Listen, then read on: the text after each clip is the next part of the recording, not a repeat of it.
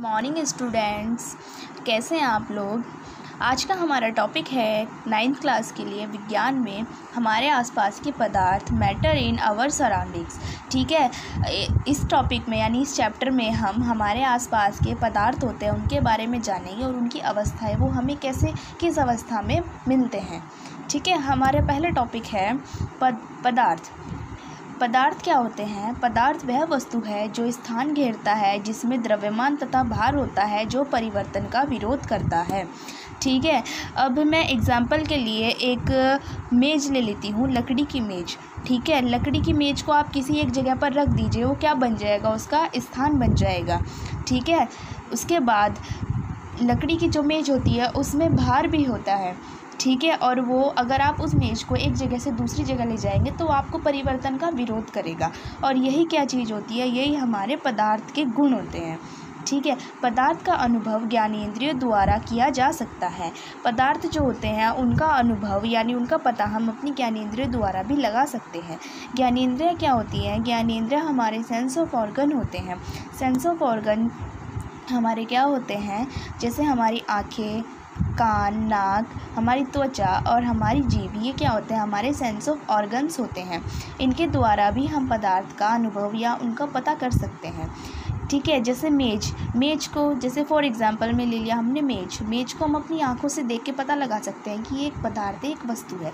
किताब को भी हम अपनी आंखों से पता लगा सकते हैं, जल को भी। लेकिन हम वायु को अपनी आंखों से देखकर पता नहीं लगा सकते, क्योंकि वायु अदृश्य होती है, इनविजिबल होती है, हमें दिखाई नहीं देती है। ठीक है, इसे हम सिर्फ महसूस कर पता लगा सकते हैं। और महसूस हम कैसे करेंगे? महसूस हम अपनी त्वचा द्वारा इसको हम महसूस करके पता लगाएंगे कि ये एक पदार्थ है। ठीक है, पदार्थ प्रत्येक वस्तु ठोस, द्रव या गैस में विद्यमान होती है। पदार्थ की जितनी भी वस्तुएं होती हैं, ठीक है, वो ठोस, द्रव या गैस में विद्यमान होती है। अब हम पदार्थ की अवस्थाएं देखते हैं। पदार्थ की अवस्थाएं, पदार्थ की कितनी अवस्थाएं होती हैं? पदार्थ की 3 अवस्थाएं होती है: ठोस अवस्था, सॉलिड स्टेट, द्रव अवस्था, लिक्विड स्टेट एंड गैस अवस्था, गैसियस स्टेट।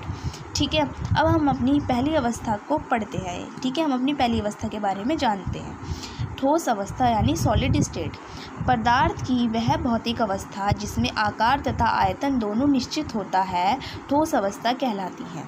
ठीक है, जिस पदार्थ का आकार यानी उसका साइज और आयतन यानी वो किस जगह पे रखा है, कितना स्थान घेरता है, वो निश्चित होता है कि हाँ ये यहीं पर ही रहेगा, वो क्या होती है? हमारी ठोस अवस्था होती है। जैसे फॉर एग्जांपल के लिए लोहा, पत्थर, लकड़ी आदि। ठीक है, मैं एग्जांपल में एक लोहे का पीस ले लेती हूँ जो कि सर्कल में है। ठीक है, यानी कि गोल है। ये क्या हो गया? ये इसका आकार हो गया है और मैं इसे किसी एक जगह पे रख दूँगी, वो क्या हो जाएगा? इसका स्थान होगा। और ये क्या होता है? दोनों चीज़ निश्चित होते हैं। ठीक है, ये हमारी ठोस अवस्था होती है। ये पदार्थ ठोस क्यों कहलाते हैं? क्योंकि हमारा कोई भी पदार्थ या वस्तु होती है वो हमारे अणुओं से, या हमारी जो पदार्थ और अवस्थाएं होती हैं वो छोटे छोटे अणुओं से मिलकर बनी होती है। ठीक है, उन अणुओं के बीच में अंतरा अणु के स्थान यानी उनके बीच का जो गैप होता है वो बहुत ज़्यादा कम होता है, यानी ना के बराबर होता है। ठीक है, और जो जिस भी वस्तु में के बीच के जो कण होते हैं उनका अंतरा अणु के स्थान बहुत ज़्यादा कम होता है, वो हमारे ठोस कहलाते हैं। जैसे कि आपको इस डायग्राम में दिखाई दे रहा होगा, इनके बीच का जो ये अंतरा अणु के स्थान है ये बहुत ज़्यादा कम है। ठीक है, इसीलिए ये हमारी ठोस अवस्था होती है। अब हमारी नेक्स्ट टॉपिक है हमारा द्रव अवस्था, यानी हमारी दूसरी अवस्था है द्रव अवस्था, लिक्विड स्टेट। ठीक है, पदार्थ की वह भौतिक अवस्था जिसमें आयतन निश्चित परंतु आकार अनिश्चित होता है, द्रव अवस्था कहलाती है। फॉर एग्जाम्पल जल, दूध, मिट्टी का तेल आदि। ठीक है, अब हमारे लिक्विड अवस्था वाले हमारे पदार्थ कौन से होते हैं? जैसे कि मैं जल को ले लेती हूँ। ठीक है, अब मैं जल को किसी एक बर्तन में रख दूँगी। ठीक है, अब मैंने जल को किसी एक बर्तन में रख दिया, वहाँ क्या होगा? उसका आयतन निश्चित हो गया कि हाँ ये इस जगह पे है। लेकिन जल का कोई आकार नहीं होता है, उसका आकार अनिश्चित होता है।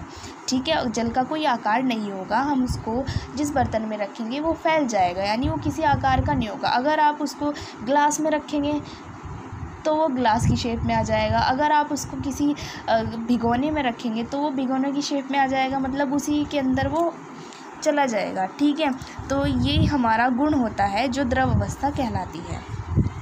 ठीक है, अब ये द्रव क्यों होता है? जैसे हमारा ठोस अवस्था थी, उसके जो कण थे उनके बीच का जो अंतराणु स्थान बहुत पास था। इसमें जो द्रव अवस्था होती है, इसके अंदर जो कणों का अंतराणु स्थान होता है वो थोड़ा दूर दूर होता है। ठीक है, और जब वो दूर दूर होता है तो वो चीज़ उतनी ही फैलती है। अब जैसे ठोस अवस्था में बिल्कुल स्थान बहुत ज़्यादा कम था तो वो उतनी ठोस यानी उतनी मजबूत थी। इनके बीच में अंतराणु स्थान जितना ज़्यादा कम होगा वो चीज़ उतनी ही ज़्यादा फैलेगी। ठीक है, उसका आकार उतना ही ज़्यादा अनिश्चित होता जाएगा। ठीक है, हमारी जो तीसरी अवस्था है वो है हमारी गैस अवस्था यानी गैसियस स्टेट। ठीक है, पदार्थ की वह भौतिक अवस्था जिसमें आकार तथा आयतन दोनों ही अनिश्चित होता है, गैस अवस्था कहलाती है। ठीक है, जो हमारी द्रव अवस्था थी उसमें क्या था, हमारा आयतन निश्चित था और आकार अनिश्चित था। ठीक है, ठोस अवस्था में क्या था, आयतन और आकार दोनों ही निश्चित था, लेकिन इसमें क्या होता है, दोनों चीज़ ही अनिश्चित होती है। क्यों? जैसे फॉर एग्जांपल है वायु, धुआं, जल, वाष्प आदि। अब मैं आपको एग्जांपल के लिए बताऊंगी। जैसे आप सभी घरों में खाना बनाते हैं, आप सभी के घरों में गैस सिलेंडर्स होते हैं, उनके अंदर एलपीजी गैस होती है। ठीक है, अब मैं एग्जांपल में आपको बताती हूँ कि मैंने खाली सिलेंडर ले लिया है। अब मैं उसके अंदर गैस यानी पूरी गैस को भर दूँगी, पूरी नहीं आधी भर दूँगी। ठीक है, मैं आधी गैस को भर के ऊपर से उसको बंद कर दूँगी। तो गैस क्या होती है, वो एक जगह यानी वो अपना आयतन एक जगह नहीं रखेगी, उसका एक स्थान नहीं होगा, वो पूरे सिलेंडर में यानी पूरे बर्तन में फैल जाएगी। ठीक है, इसीलिए, और उसका कोई आकार भी नहीं रहेगा।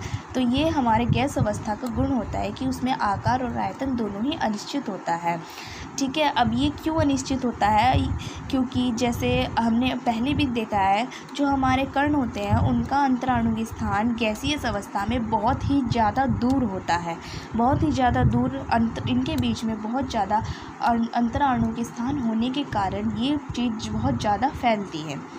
ठीक है, तो मैं आपको समझ आया होगा कि पदार्थ क्या होते हैं और उसकी अवस्थाएं क्या होती है। ठीक है, आशा करती हूँ आपको ये चैप्टर समझ में आया होगा। Thank you.